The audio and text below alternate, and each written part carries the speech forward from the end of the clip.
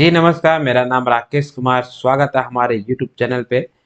अगर आप करना चाहते हैं सरकारी नौकरी तो आप बिल्कुल सही चैनल पे हैं। जैसा कि आप जानते हैं भारतीय रेलवे ने इसी साल 2024 में रेलवे की कई वैकेंसियाँ दी हैं, जिसमें जो है आपका असिस्टेंट लोको पायलट यानी एएलपी की वैकेंसी आई है, रेलवे जेईई का वैकेंसी आया है और इसी मंथ अगस्त में एनटीपीसी का फॉर्म भी आने वाला है, जिसके अंतर्गत जो है आपके कई कमर्शियल पोस्ट होंगे, स्टेशन मास्टर की वैकेंसियाँ होंगी, पोस्ट होगी, आपका टीसी के पोस्ट होंगे, गुड्स गार्ड की पोस्ट होंगे और कई अन्य नॉन टेक्निकल पोस्ट जो है वो एनटीपीसी के तहत रेलवे एग्जाम कंडक्ट कराती है। तो अगर आप रेलवे का एग्जाम प्रिपरेशन करना चाहते हैं तो आप हमारे चैनल पे बने रहिए, क्योंकि आपका रेलवे का जो है एग्ज़ाम 2 मोड में कंप्लीट होने वाला है। पहला होता है आपको सीबीटी 1 और दूसरा होता है सीबीटी 2। सीबीटी 1 का ही हम अभी तैयारी करेंगे, उसके बाद जब सीबीटी 2 का तैयारी करने वाले हैं। तो सीबीटी 1 में मुख्य रूप से जो है वो 3 या 4 विषय जो है मुख्य रूप से पाए मतलब क्वेश्चन इसमें आते हैं। पहला आपका मैथमेटिक्स होता है, दूसरा आपका जो है वो जीके होता है और तीसरा साइंस होता है और आपका करंट अफेयर होता है और रीजनिंग होता है। ठीक, करंट अफेयर हो जाएंगे, इसके अंतर्गत जो है आपको वह रीजनिंग होगा। अच्छा, प्रत्येक एग्जाम में अलग अलग क्वेश्चनों की संख्या होगी।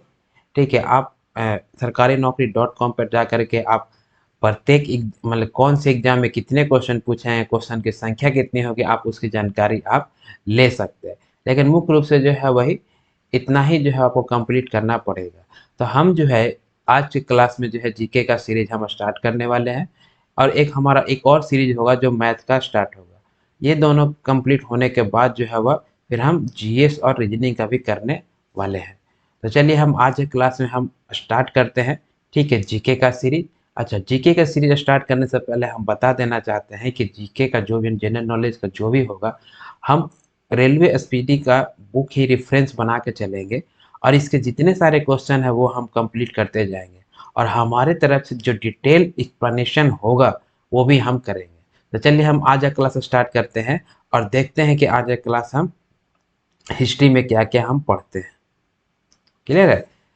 चलिए देखिए, पहला कह रहा है कि इतिहास का पिता कहा जाता है किसे। ठीक है, इतिहास का पिता कहा जाता है किसे। अच्छा, ये कहा जाता है आपको हेरोडोटस। इसके लिए हम पहले पहले डिटेल हम समझते हैं थोड़ा कि आखिर हिस्ट्री में जो है क्या क्या पढ़ना है और क्वेश्चन जो है वह कहाँ कहाँ से आती है। ठीक, हम टॉपिक कवर करते जाएंगे और उससे जो स्पीडी का क्वेश्चन है हम उससे बनाते जाएंगे, ताकि आपको दो चीज़ कंप्लीट होगा, एक आपका स्पीडी बुक भी कंप्लीट हो जाएगा और दूसरा जो है आपका डिटेल एक्सप्लेनेशन भी मिलते जाएगा। क्लियर है? अगर हम देखा जाए तो पहले चीज़ है कि हिस्ट्री क्या है। ठीक है, हिस्ट्री क्या है? तो हिस्ट्री को जो है अतीत का अध्ययन जो है वह क्या कहलाता है? हिस्ट्री कहलाता है। अगर हम बात करें हिस्ट्री क्या है, हिस्ट्री क्या है? अतीत का अध्ययन। अतीत का अध्ययन क्या कहलाता है? अतीत का अध्ययन जो है उसे हम हिस्ट्री कहेंगे। अतीत क्या है? जो आज से पहले मतलब आज से पहले जो भी समय बीत गया है उसी को हम अतीत कहते हैं और उसके बारे में हम जो भी जानकारियां प्राप्त करेंगे उसे हम हिस्ट्री या तो इतिहास हम कह सकते हैं। क्लियर है? यानी इतिहास कह सकते हैं। अभी इतिहास का जो है पिता या जनक किसे कहा जाता है? तो इतिहास का जो है जनक जो है वो आपको हेरोडोटस साहब को कहा जाता है। किसे कहेंगे हम? हेरोडोटस। हेरोडोटस साहब को इतिहास का जनक या इतिहास का हम क्या कह सकते हैं? पिता भी हम कह सकते हैं। इतिहास के जनक या इतिहास के पिता। और हेरोडोटस साहब जो है वो कहाँ के रहने वाले थे? ये आपके यूनान के रहने वाले थे। कहाँ के रहने वाले हैं? ये आपको यूनान के रहने वाले हैं। अच्छा, इतिहास को जो है मुख्य रूप से देखा जाए तो इतिहास को हम 3 भागों में बांट सकते हैं। कितने भागों में बांट सकते हैं इतिहास को? इतिहास को हम मुख्य रूप से 3 भागों में बांट सकते हैं। प्रागैतिहासिक काल, आद्य ऐतिहासिक काल और ऐतिहासिक काल। यानी कि इतिहास को हम मुख्य रूप से कितने भाग में बांट सकते हैं? तो इतिहास को जो है मुख्य रूप से 3 भागों में बांटा जा सकता है। 3 भागों में बांटा जा सकता है। पहला होता है आपका प्रागैतिहासिक। हम एकदम इनिशियल से हिस्ट्री लेके चल रहे हैं, ऐसे का जो है आपको क्वेश्चन भी हम कराते जाएंगे। जो आपकी स्पीडी रेलवे स्पीडी के बुक में दी हुई है, ताकि आपका दोनों चीज़ कंप्लीट हो गए। और मैं कोशिश करूँगा कि थोड़ा स्पीड से खींच पाऊँ। प्राग ऐतिहासिक, आदि ऐतिहासिक और तीसरा होता है ऐतिहासिक। तीसरा क्या होता है? ऐतिहासिक। प्राग ऐतिहासिक, इसे जो है प्रोटो हिस्टोरिक कहा जाता है, सॉरी, इसे प्री हिस्टोरिक कहा जाता है, प्री हिस्टोरिक। इसे जो है प्रोटो हिस्टोरिक, आदि ऐतिहासिक को प्रोटो हिस्टोरिक, प्रोटो हिस्टोरिकल, और इसे जो है हिस्टोरिकल पीरियड कहते हैं, इसे हिस्टोरिकल पीरियड। प्राग ऐतिहासिक काल, इतिहास का वह समय होता है जिसके अंतर्गत ना ही मानव पढ़ना जानेगा और ना ही लिखना, यानी कि लिखना और पढ़ना नहीं जानेगा, तो इतिहास के उस समय को हम प्राग ऐतिहासिक काल कहेंगे। आदि ऐतिहासिक काल, इतिहास का वह समय होता है जिसके अंतर्गत मानव लिखना तो जानता है लेकिन उसको स्पष्ट पढ़ा नहीं जा सका है, यानी कि यहाँ पे पढ़ना लिखना कुछ भी नहीं जानेगा, प्राग ऐतिहासिक काल आएगा। आदि ऐतिहासिक काल में मानव पढ़ना नहीं जानेगा लेकिन लिखा गया है, इसका लिखित स्रोत है लेकिन उसको पढ़ा नहीं जा सकता। ऐतिहासिक काल में, इतिहास का ऐसा समय होता है जिसके अंतर्गत जो है मानव लिखा भी है और इसको पढ़ा भी गया है, तो इसे हम ऐतिहासिक काल कहेंगे। क्लियर है? और जब प्राग ऐतिहासिक काल के अंतर्गत हम पूरा पाषाण काल को पढ़ते हैं। ठीक है, क्या पढ़ते हैं? पूरा पाषाण काल, मध्य पाषाण काल, नव पाषाण काल और आपका ताम्र पाषाण काल जो है प्राग ऐतिहासिक के अंतर्गत कहते हैं। यानी कि इसके अंतर्गत क्या पढ़ेंगे हम? इसके अंतर्गत जो है आपका पाषाण काल, और पाषाण काल के अंतर्गत, यानी पाषाण काल में देखा जाए तो पूरा पाषाण काल, पूरा पूरा पाषाण काल, मध्य पाषाण काल, मध्य पाषाण काल, नव या इसी को उत्तर पाषाण काल कहते हैं, और एक है आपका ताम्र पाषाण काल, जिसे चाल्कोलिथिक पीरियड भी कहा जाता है, जिसमें तांबा का खोज किया गया था। इसका औद्योगिक रूप जो है सिंधु सभ्यता में देखने को मिलते हैं। आद्य पाषाण काल में जो है मुख्य रूप से हम सिंधु सभ्यता, इंडस वैली सिविलाइजेशन हम पढ़ेंगे, इंडस वैली सिविलाइजेशन। और ऐतिहासिक काल में जो है आपका प्राचीन इतिहास, मध्यकालीन इतिहास और आधुनिक इतिहास, नेहरू काल और विश्व को हम पढ़ेंगे। यानी इसके अंतर्गत हम प्राचीन, मध्य, आधुनिक, नेहरू काल और वर्ल्ड हिस्ट्री हम इसके अंतर्गत हम पढ़ेंगे। तो चलिए हम पहले देखते हैं कि पाषाण काल के प्राग ऐतिहासिक काल के अंतर्गत क्या है, और इसमें हम पूरा पाषाण, मध्य पाषाण, उत्तर और नव पाषाण काल को जो है किसे कहा जाता है, चलिए हम समझने की कोशिश करते हैं। देखिए पाषाण काल जो है,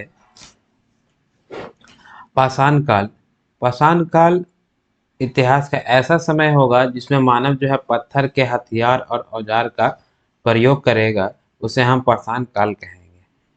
पाषाण काल, पाषाण का मतलब ही होता है क्या है? पत्थर। इसी को हम स्टोन एज भी कह सकते हैं। क्या कह सकते हैं? स्टोन एज कह सकते हैं। यानी स्टोन एज कहने का अर्थ क्या है? मतलब इतिहास का ऐसा समय जब मानव जो है वो क्या करेगा? हथियार और औजार जो है वो पत्थर का इस्तेमाल करेगा, उसे हम पाषाण काल कहेंगे।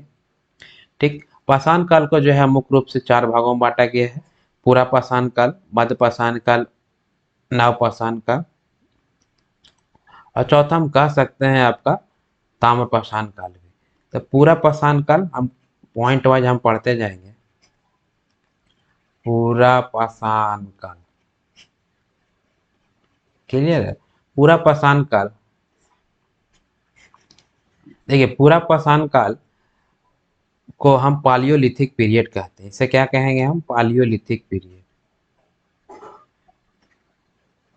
इसे पालियोलिथिक पीरियड कहा जाता है। इसका समय अंतराल देखा जाए तो आपका 20 लाख ईसा पूर्व से लेकर के 12,000 ईसा पूर्व तक का जो समय होगा वो आपको पूरा पाषाण काल का समय होगा। यानी कि 20 लाख ईसा पूर्व से लेकर अच्छा, ईसा पूर्व मतलब समझ में आ रहा है आपको? ईसा मसीह के जन्म के पहले का जो समय होता है उसे हम ईसा पूर्व कहते हैं, और ईसा मसीह के बाद का जन्म के बाद के समय को जो हम वह ईसवी के नाम से हम जानते हैं। और उसी समय का काउंटिंग जो है वह ईसवी के अनुसार करते हैं। यानी 20 लाख ईसा पूर्व से लेकर के 12,000 ईसा पूर्व तक का जो समय होगा वह क्या होगा? वह आपका पूरा पाषाण काल, जैसे हम चालकोलिथिक सॉरी पालियोलिथिक पीरियड कहेंगे। पूरा पाषाण काल इतिहास का वह समय होगा जिसमें मानव जो है, मानव क्या करेगा? आदि मानव कहलाएगा। यानी पूरा का मतलब ही होता है कि ऐसा समय जो कि सबसे प्राचीन हो। ठीक, तो इतिहास का यह सबसे पहले क्या है? प्रारंभिक समय था। इस समय मानव को जो है वह आदि मानव कहा जाता है। क्या कहा जाएगा? आदि मानव। ठीक है, आदि मानव। और मानव जो होंगे, ठीक है, मानव क्या होंगे? मानव जो इस समय के जो मानव होंगे वो खाना बदोश होंगे। क्या होंगे? खाना बदोश होंगे। खाना बदोश, इसी को हम खाद्य संग्राहक भी कहा जा सकता है।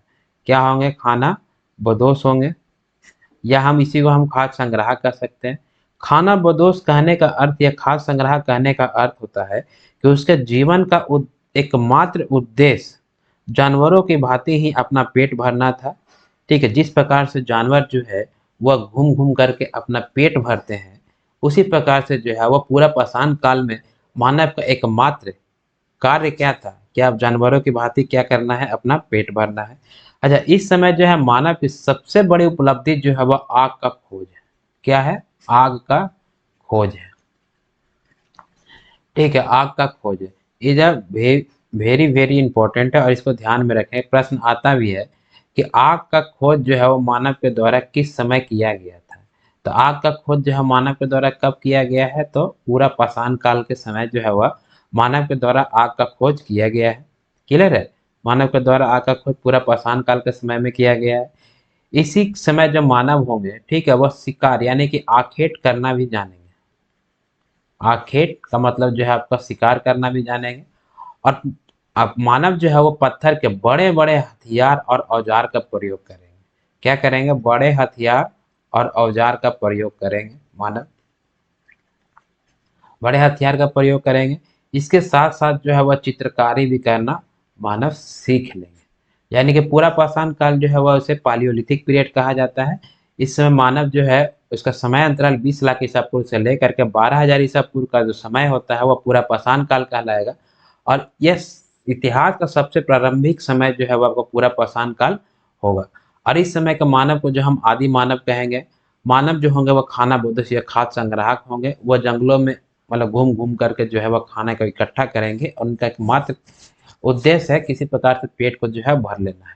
और उसमें अगर सबसे बड़ा उपलब्धि जो देखा जाए तो आग का खोज है। और आग आग का खोज हो जाने से जो है वह जब आखेट करेंगे, शिकार करेंगे, तो जानवरों को जो है वो पका करके खाना प्रारंभ कर देंगे। उस समय हथि आखेट यानी शिकार करने के लिए बड़े बड़े हथियार और औजार का प्रयोग करेंगे, और वह हथियार और औजार जो है पत्थर के होंगे। चित्रकारी करना भी प्रारंभ उन्होंने कर दिया है। ठीक है, चित्रकारी करना क्या किया? प्रारंभ कर दिया। और इसमें जब को चित्रकारी में देखा जाए तो भीमबेटका की गुफाओं में जो है पूरा पाषाण काल के चित्र को देखने को मिलते हैं। किसके गुफा में? भीमबेटका की गुफाओं में। यानी कि भीमबेटका की गुफा में, भीमबेटका की गुफा में, भीमबेटका के गुफा में आपको चित्रकारी देखने को मिलते हैं। और वह चित्रकारी किस समय का है? तो आपको पूरा सॉरी हाँ, पूरा पाषाण काल के समय का जो है। और यह भीमबेटका गुफा कहाँ है? यह आपका मध्य प्रदेश का जो है रायसेन में है। कहाँ पे है? मध्य प्रदेश। यह आपका प्रश्न आ सकता है, और यह इंपॉर्टेंट भी है, इसको नोट कर लीजिएगा। मध्य प्रदेश, ठीक है, रायसेन में है आपका। रायसेन या अब्दुल्लागंज। ठीक, यानी कि आप समझिए कि उस समय मानव जो है वह चित्रकारी करना भी प्रारंभ कर दिए थे। ठीक है, और इसकी जो है मतलब इस तरह का पुरातात्विक साक्ष्य जो है वो आपको मध्य प्रदेश के भीमबेटका गुफा में आपको देखने को मिलते हैं। क्लियर है? पूरा पाषाण काल समझ में आया? अब चलिए अगला देखते हैं, आपका मध्य पाषाण काल किसे कहते हैं। ठीक है, क्या? मध्य पाषाण काल। मध्यपाषाण काल देखा जाए तो इसे जो है मेसोलिथिक पीरियड कहा जाता है। क्या कहा जाता है? Mesolithic period.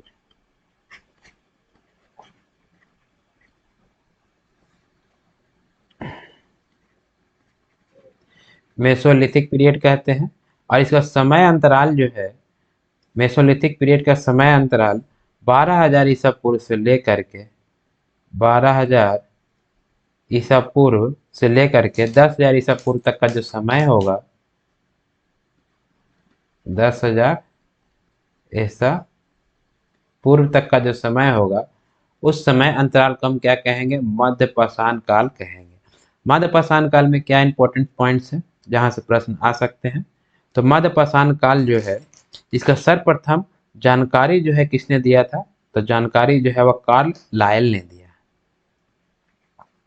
जानकारी किसने दिया है? तो जानकारी जो है वह कार्ल लायल ने दिया है सन 1867 ईस्वी में। कब दिया है? सन 1867 ईस्वी में। जैसा कि आप जानते हैं कि आपका पूरा पाषाण काल के बाद का जो समय होगा उसी को हम मध्यपाषाण काल कहेंगे, क्योंकि पूरा पाषाण काल जो है 20 लाख ईसा पूर्व से स्टार्ट हुआ था और 12,000 ईसा पूर्व तक के अब समय को जो हम पूरा पाषाण काल मानते हैं। और 12,000 ईसा पूर्व के बाद 10,000 ईसा पूर्व तक का समय जो है उसे हम मध्यपाषाण काल कहेंगे। तो मध्यपाषाण काल जो है पूरा पाषाण काल के बाद का समय है। और इस समय मानव जो है वह छोटे हथियार का प्रयोग करेंगे। किसका प्रयोग करेंगे? छोटे हथियार और औजार का प्रयोग करेंगे। क्योंकि आपको मैंने बताया कि आपको पूरा पाषाण काल में जब मानव जो हथियार का यूज कर रहे हैं वो बड़े हथियार का यूज कर रहे हैं, और इस समय जो है आपको छोटे हथियार और औजार का प्रयोग करना क्रम आप आराम कर देंगे मानव। और ये छोटे हथियार का प्रयोग करने के कारण जो है इसे क्या कहा जाता है? इसे हम माइक्रोलिथ भी कहते हैं। क्या कहते हैं? माइक्रोलिथ। ठीक, पत्थर के जो हथियार और औजार जो यूज करेंगे अभी जो है वह आकार, उनका साइज क्या हो जाएगा? छोटा हो जाएगा। माइक्रो मतलब छोटा और लिथ का मतलब होता है पत्थर, यानी पत्थर के जो हथियार औजार जो बड़े थे अभी वह धीरे धीरे उसमें मॉडिफिकेशन होते होते क्या हो गए? हथियार अभी जो है वह छोटे हो गए। ठीक है। और इस समय का मानव का सबसे प्रमुख कार्य जो होगा वह आपको अंत्योशिष्ट कार्यक्रम होगा। ठीक, अंत्योशिष्ट कार्यक्रम का मतलब क्या है? अंत्योशिष्ट कार्यक्रम का मतलब होता है अंतिम संस्कार। यानी मानव जो है वो मृत्यु के बाद जो है वह अंतिम संस्कार करना क्या करेंगे? सीख जाएंगे। अंत्योशिष्ट अंत्योशिष्ट कार्यक्रम। अंत्योशिष्ट कार्यक्रम का मतलब क्या है बताइए? अभी मैंने बताया अंतिम संस्कार, यानी कि मानव जो है मृत्यु होने के बाद अंतिम संस्कार जो है करना सीख जाए। हम आगे पढ़ेंगे संस्कार जो है मुख्य रूप से 16 प्रकार की होती है, जिसे सबसे लास्ट का संस्कार जो है वह अंतिम संस्कार होता है। क्लियर है? यानी कि मध्यपाषाण काल हमने देख लिया कि इस समय जो है वो इसकी जानकारी जो है वह कार्ल लायल ने दिया है सन 1867 ईस्वी में। और इस समय का मानव जो है जो शिकार करने के लिए जो बड़े हथियार का प्रयोग कर रहे थे अभी वह हथियार क्या हो जाएंगे? छोटे हो जाएंगे, और इसलिए इन्हें माइक्रोलिथ कहा जाएगा। और इस समय का सबसे महत्वपूर्ण कार्य क्या होगा? अंत्यशिष्ट कार्यक्रम या अंतिम संस्कार जो है इस समय का सबसे महत्वपूर्ण कार्य होगा। चलिए अगला देखते हैं हम नव या उत्तर पाषाण काल। तीसरा क्या है? नव या उत्तर पाषाण काल। नव या इसी को हम उत्तर पाषाण काल भी कह सकते हैं। अच्छा, इसका जो आपका अंग्रेजी नाम जो है वो ध्यान में रखेंगे, क्योंकि ये अधिकांशतः एग्जाम में जो है वो पूछे जाएंगे कि आपको इसे जो है वह नियोलिथिक पीरियड कहा जाता है। Neolithic period. नियोलिथिक पीरियड, इसका समय अंतराल देखा जाए तो 20 लाख से 12,000, 12,000 ईसा पूर्व से 10,000 ईसा पूर्व, तो ये हो जाएगा आपका 10,000 ईसा पूर्व से लेकर 10,000 ईसा पूर्व से लेकर के कब तक का समय भाई? तो 3,000 ईसा पूर्व तक का समय जो होगा उसे हम क्या कहेंगे? उत्तर या नवपाषाण काल का समय हम कहेंगे। और उत्तर और नवपाषाण काल में मानव जो है वह धीरे धीरे क्या होगा। पहले आपने देखा कि पूरा पाषाण काल में मानव जो पत्थर और के औजार और हथियार जो इस्तेमाल कर रहे थे वो काफी बड़े थे। फिर पत्थर का हथियार औजार क्या हो गए, छोटे हो गए, इसलिए उन्हें माइक्रोलिथ कहा गया। अभी मानव जो है पहले क्या कर रहे थे, अपना पेट भरने के लिए जंगलों में घूमा करते थे, मतलब एक जगह सॉरी एक जगह स्थायी नहीं थे। अभी नव या उत्तर पाषाण काल में मानव क्या हो जाएंगे, धीरे धीरे अस्थायी हो जाएंगे और अपना आवास बना लेंगे। और आवास बनाने के साथ जो है वह कृषि करना भी प्रारंभ कर देंगे। ठीक है, कृषि करना क्या करेंगे, प्रारंभ कर देंगे। लेकिन इसका जो है सबसे पहला जानकारी अगर देखा जाए तो नव या उत्तर पाषाण काल का जो है जानकारी किसने दिया है। तो पहला पॉइंट क्या हो जाएगा, पहला पॉइंट हो जाएगा आपका जानकारी किन्होंने दिया है। जानकारी जो है आपको सर जॉन लुबाक ने दिया है। किसने दिया है, सर जॉन लुबाक।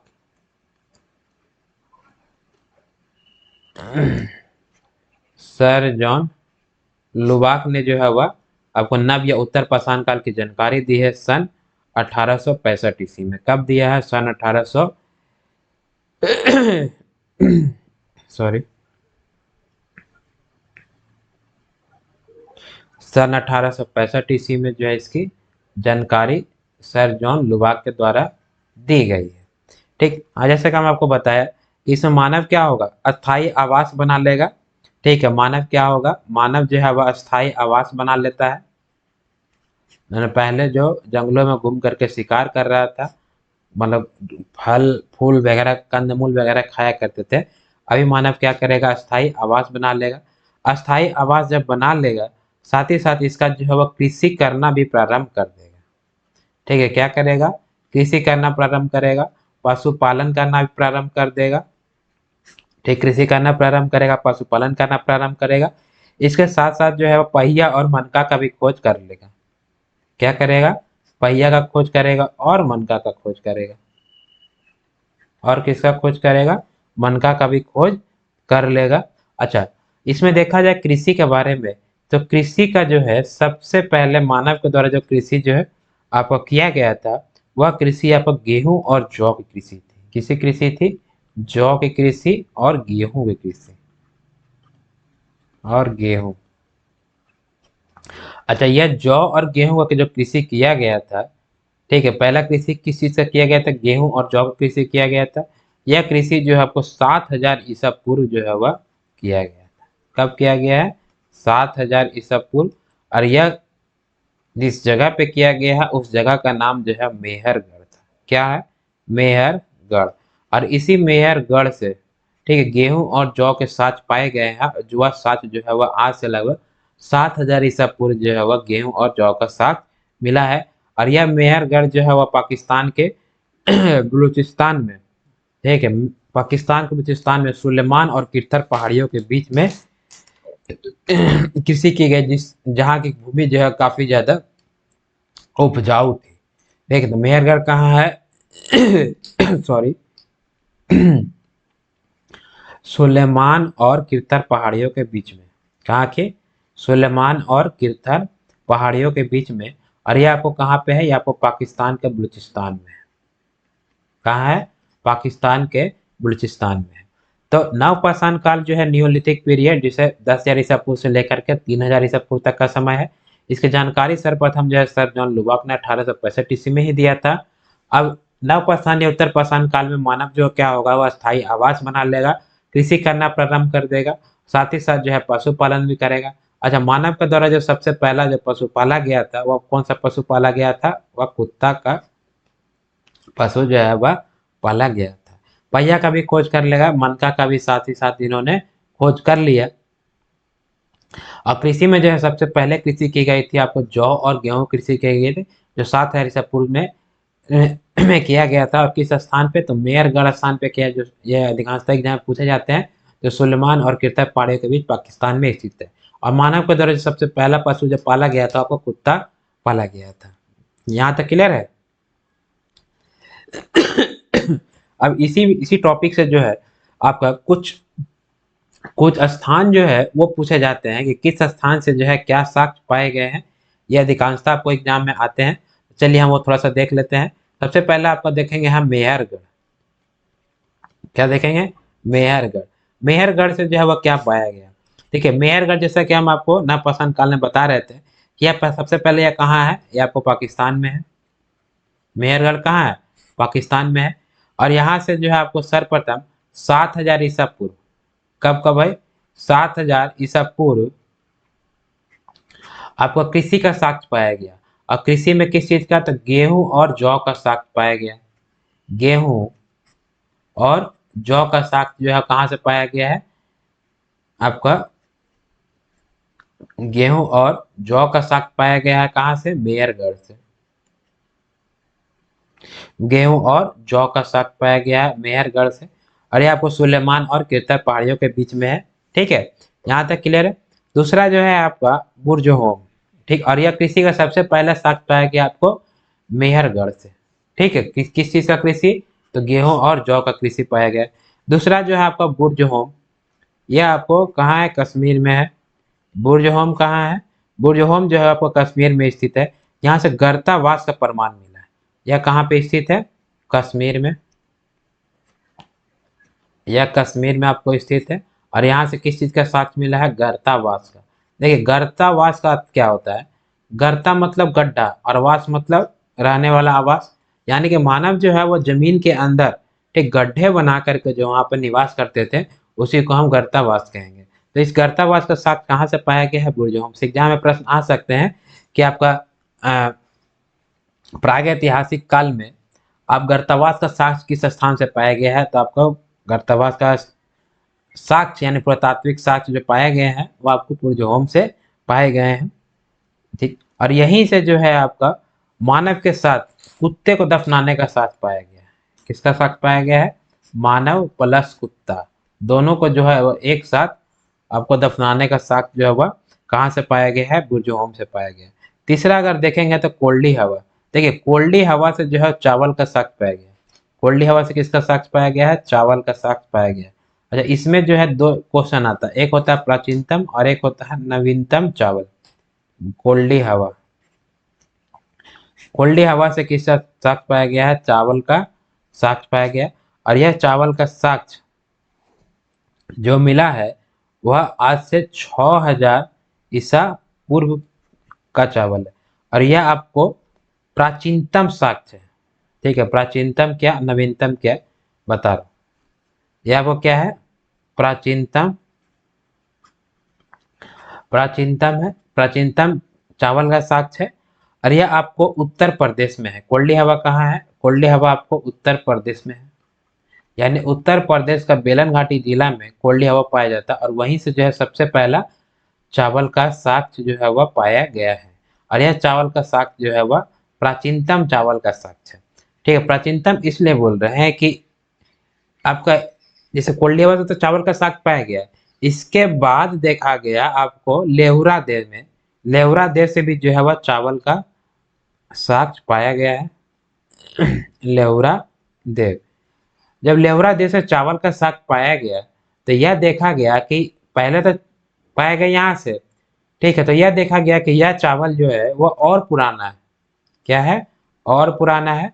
और यह चावल का साक्ष्य 9000 ईसा पूर्व से लेकर के देखा जाता है तो 7000 ईसा पूर्व पाया गया। लेकिन यह इसके कोल्डी हवा के बाद लेवरा देव से पाया गया।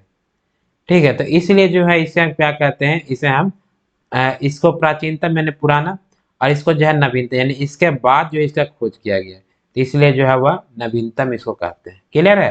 तो पूछेगा आपको प्राचीनतम चावल का साग कोल्डी हवा से और नवीनतम चावल का साग जो है आपको वह लेवरा दे से पाया गया है। यहाँ तक क्लियर है? इसके बाद आ जाइए आप, एक आपका चिरान। ठीक है, चिरान से जो है वो हड्डी के उपकरण जो है वो काफी ज्यादा पाए गए हैं।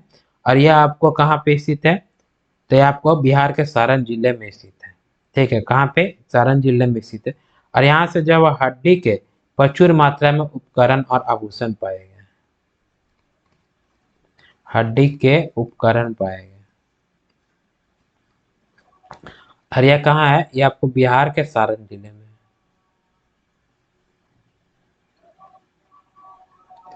बिहार के सारण जिले में। अच्छा, बिहार का सारण जिला जहाँ से इस लोकसभा चुनाव में लालू यादव की बेटी जो है वो चुनाव में खड़ी हुई थी। ठीक है, तो बिहार के कहाँ है, सारण जिले में आपको स्थित है चिरांद। और यहाँ से चिरांद से क्या पाया गया, तो आपको हड्डी के कई उपकरण मिले हैं और हड्डी के आभूषण भी पाए गए हैं। तो इस प्रकार से जो आपको एग्जाम में यह भी पूछा जाता है कि आपको किस स्थान से क्या साक्ष्य पाया गया है। ये बहुत इंपॉर्टेंट है, ध्यान में रखिएगा। तो कृषि का साक्ष्य यानी जहाँ गेहूं और जौ का था, अब सुलेमान और तिरतर पहाड़ी मेहरगढ़ में पाया गया है। और यह साक्ष्य कितना पुराना था, तो 7000 ईसा पूर्व, ये आपको पाकिस्तान के बलूचिस्तान में है। दूसरा आपका बुर्ज होम से जो है आपको एक कश्मीर में स्थित है, यहाँ से आपको मानव के साथ जो है कुत्ते को दफनाने का साक्ष्य पाया गया। और इसके साथ साथ जो है गर्तावास का साक्ष्य जो है आपको बुर्ज होम से पाया गया है। अच्छा, चावल का साक्ष्य जो है कोल्डी हवा से पाया गया और लेवरा देश है। कोल्डी हवा से जो चावल का साक्ष्य है प्राचीनतम चावल के साक्ष्य है, और लेवरा देश से चावल के साक्ष्य आपका नवीनतम चावल के साक्ष्य है। ठीक है, आपका चिरान से जो है वो हड्डी के कई प्रचुर मात्रा में उपकरण पाए गए हैं, जो बिहार के सारण जिला में स्थित है। तो हमने अभी तक कवर किया कि प्राग ऐतिहासिक काल के अंतर्गत पाषाण काल, और पाषाण काल में जो है हम पूरा पाषाण काल, मध्य पाषाण काल, नव या उत्तर पाषाण काल हम पढ़ चुके हैं। इसके साथ साथ हमने देखा कि किस स्थान से जो है वह क्या इंपॉर्टेंट पुरातात्विक साक्ष्य जो है वह पाए गए हैं। अच्छा, इसके बाद जो है आप एक लास्ट रह गया है ताम्र पाषाण काल, जिसके बाद हम क्वेश्चन करेंगे। क्या रह गया, ताम्र पाषाण काल। देखिए, ताम्र पाषाण काल जैसा नाम से पता चल रहा है, इसे जो हम चाल्कोलिथिक पीरियड कहते हैं। क्या कहते हैं, चाल्कोलिथिक पीरियड। चाल्कोलिथिक पीरियड किसे कह सकते हैं भाई, तो इसमें जैसे नाम से पता चल रहा है ताम्र मतलब तांबा। मानव क्या करेगा, तांबे का खोज जो है वह कर लिया। किसका खोज कर लिया, मानव जो है वह तांबे का खोज कर लिया, तांबे का खोज कर लेगा। और तांबे का खोज हो जाने के कारण जो है वह औद्योगिकरण जो है शुरुआत हो गई। औद्योगिकरण क्या हो गई, शुरुआत हो गई। और इसी औद्योगिकरण का विकसित रूप जो है आपको सिंधु सभ्यता में देखने को मिलेगा, जो कि हम आगे डिटेल से हम देखेंगे। ठीक है, औद्योगिकरण की शुरुआत हो गई, औद्योगिक औद्योगिकरण शुरू हो गया भाई, प्रारंभ हो गया। ठीक है, तो प्रश्न आ सकता है कि औद्योगिकरण जो है कब से प्रारंभ हुआ है, तो आपको बोल सकते हैं हम ताम्रपाषाण काल से जो है वो औद्योगिकरण, जिसका विकसित रूप हमको सिंधु सभ्यता में देखने को मिले होंगे। क्लियर है, तो हमने कवर जो है आपका प्राग ऐतिहासिक काल के अंतर्गत पूरा पाषाण काल, मध्य पाषाण काल, उत्तरीय नवपाषाण काल और ताम्रपाषाण काल हम लोग कर लिया। इसके साथ साथ हमने ये भी देखा कि जो है किस स्थान से जो है क्या पाए गए हैं। तो चलिए अब हम प्रश्न करते हैं किस की जो है रेलवे स्पीडी प्रश्न में क्या है, हमने डिटेल एक्सप्लेनेशन भी कर दिया। अब आप क्वेश्चन भी जो है आसानी से कर पाएंगे। चलिए अब देखते हैं। पहला प्रश्न कह रहा है कि इतिहास का पिता या जनक किसे कहा जाता है। ठीक है, किसे, इतिहास का पिता या जनक जो है वह किसे कहा जाता है। तो इतिहास का पिता हमने अभी पीछे बताया है कि इतिहास का पिता किसे कहते हैं, हेरोडोटस को कहते हैं। किसे कहते हैं, हेरोडोटस साहब को कहते हैं इतिहास का पिता जो है, किसे कहेंगे, तो हेरोडोटस को जो है वह इतिहास का पिता कहेंगे। और ये कहाँ के रहने वाले थे, तो ये आपका यूनान के रहने वाले हैं। ठीक है, यूनान के रहने वाले हैं। अच्छा, प्रश्न अगला आएंगे, हेरोडोटस जो है वह निवासी कहाँ के हैं, तो हेरोडोटस निवासी कहाँ के हैं, यूनानी है, यानी कि यूनान के रहने वाले हैं। अच्छा, कह रहा है कि पहिया और कृषि का आविष्कार पहिया और कृषि का आविष्कार कब हुआ। ठीक, पहिया और कृषि का आविष्कार जो है वह कब हुआ, यह आपका हुआ है नवपाषाण काल में। हम आपको बताया पहिया, मन का और कृषि का मतलब आविष्कार कब हुआ, तो आपको नव पाषाण काल में। क्लियर है, नव पाषाण काल में, जिसमें हमने बताया था कि आपको कृषि कृषि में जो है सबसे पहला कृषि किस चीज का किया गया था, तो आपको यह किया गया था गेहूं और जौ का कृषि किया गया था। किसका, गेहूं और जौ का। और यह कहाँ से पाया गया था, मेहरगढ़ से। और यह मेहरगढ़ जो कहाँ है, यह पाकिस्तान के बलूचिस्तान में स्थित है। यह इसका साक्ष्य जो है वो 7000 ईसा पूर्व का साक्ष्य है। क्लियर है, यानी पहिया और कृषि का जो है वो आपको नवपाषाण काल में किया गया था। पहिया साथ मनका का भी खोज कर लिया, पशुपालन भी प्रारंभ कर दिया था, मानव ने स्थायी आवास बना लिया था आपको किसमें? नवपाषाण काल में। अगला प्रश्न देखते हैं, कह रहा है कि आग का आविष्कार तथा होमो सेपियंस यानी ज्ञानी मानव का उदय कब हुआ? देखिए, आग का आविष्कार जो है वह कब किया गया था? आग का आविष्कार किया गया था आपको पूरा पाषाण काल में। कब किया गया है? पूरा पाषाण काल में। ठीक, और यह पूरा पाषाण काल जो है यह इतिहास का सबसे प्रारंभिक समय है, और इस समय जो है वो मानव का एकमात्र कारण काम होता है कि जानवरों के भांति किसी प्रकार से क्या करना है? अपना पेट भर लेना है। ठीक है, क्या करना है? पेट भर लेना। और पूरा पाषाण काल को क्या कहा जाता है? आपको पालियोलिथिक पीरियड भी हम कह सकते हैं, और इसका समय अंतराल जो है आपको वह 20 लाख ईसा पूर्व से लेकर के जो है वह कब से कब तक, यानी कि 20 लाख ईसा पूर्व से लेकर हम 12,000 ईसा पूर्व तक का जो समय होता है वह हम पूरा पाषाण काल का समय हम कहेंगे। और नवपाषाण काल में जो है वो 12,000 ईसा पूर्व से लेकर के 10,000 ईसा पूर्व तक का समय जो है वह क्या हो जाएगा? आपको नवपाषाण काल हो जाएगा। और यह पूरा पाषाण काल में जो है वो इतिहास का सबसे प्रारंभिक समय था। मानव जो है वह खाद्य संग्रह या खाना बदोश था, आग जलाना सीख लिया था। ठीक है, आग जलाना सीख लिया था, चित्रकारी करना प्रारंभ कर दिया था। ठीक, और सबसे प्रमुख काम जो है वह आग जलाना ही था। क्लियर है? इससे जो है वह पालियोलिथिक पीरियड कहा जाता है। कह रहा है पशुपालन का प्रारंभ कब हुआ? तो पशुपालन का प्रारंभ अगर मुख्य रूप से देखा जाए तो पशुपालन का प्रारंभ जो है ये आपको मध्य पाषाण काल, अगर मध्य पाषाण काल नहीं दे रहा है तब आप नव या उत्तर पाषाण काल भी मार सकते हैं। ठीक है, ये मध्य पाषाण काल, और मध्य पाषाण काल को जो हम मेसोलिथिक पीरियड कहते हैं, और इसका समय अंतराल जो है वह कब से कब तक है? तो आपको मध्य पाषाण काल का समय अंतराल अगर देखा जाए तो आपको 12,000 ईसा पूर्व से लेकर के 10,000 ईसा पूर्व तक का जो समय होगा वो आपको क्या हो जाएगा? मध्य पाषाण काल हो जाएगा। और मध्य पाषाण काल का जो है आपको इंपॉर्टेंट पॉइंट हमने क्या बताया? तो मध्य पाषाण काल में जो है वो क्या करेगा? मानव जो है वह हथियार और औजार जो है वह छोटे हो जाएंगे, इसलिए उन्हें माइक्रोलिथ भी कहा जाएगा, और पशुपालन का प्रारंभ भी कर सकते हैं। लेकिन मुख्य रूप से देखा जाए तो पशुपालन माना गया है कि नव या उत्तर पाषाण काल में सबको जो, चलिए ठीक है, मध्य पाषाण काल है। अगर भीमबेटका क्या है? ठीक है, तो हमने आपको बताया था भीमबेटका जो है वह एक पुरातात्विक स्थल है जहाँ से जो है वो पूरा पाषाण काल के क्या मिले हैं आपको? चित्रकारी जो आपको मिला है। तो क्या है आपको? भीमबेटका एक क्या है? पुरातात्विक स्थल है।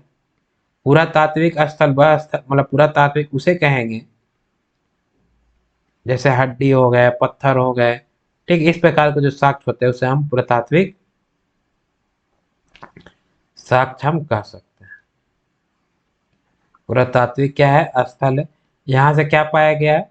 यहाँ से आपको चित्रकारी का साक्ष्य पाया गया, और ये आपको मध्य प्रदेश के रायसेन में है, यानी एमपी में है।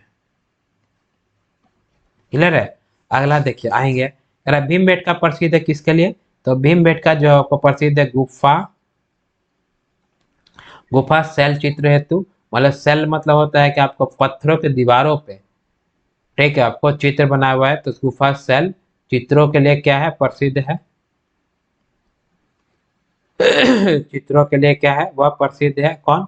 भीमबेटका। अब भीमबेटका कहाँ स्थित है? तो आपको मध्य प्रदेश के रायसेन में स्थित है, अब्दुल्लागंज जिला में।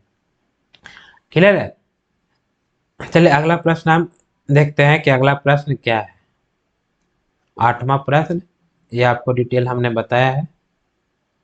देखिए 8वां प्रश्न कह रहा है, सॉरी 7वां प्रश्न कह रहा है कि भीमबेटका कहाँ है? ठीक है, तो भीमबेटका जो है आपको अभी मैंने बताया, भीमबेटका जो है आपको वह रायसेन जिला में मध्य प्रदेश में है। कहाँ है? रायसेन, रायसेन जिला के मध्य प्रदेश में है, मध्य प्रदेश एमपी में। क्लियर है? अगला प्रश्न देखते हैं, कह रहा है कि विश्व में प्राचीन और प्रथम अभिलेख कौन सा है? तो विश्व का सबसे प्राचीनतम और प्रथम अभिलेख जो है वह बोगज कोई अभिलेख।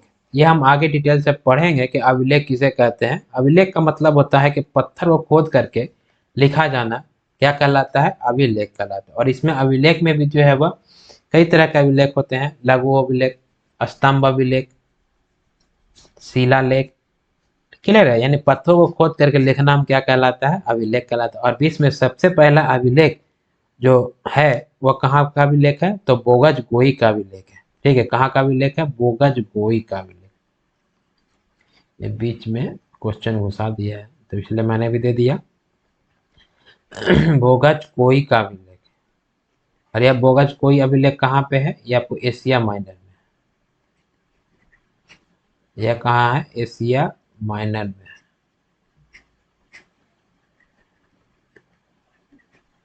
एशिया माइनर में स्थित है।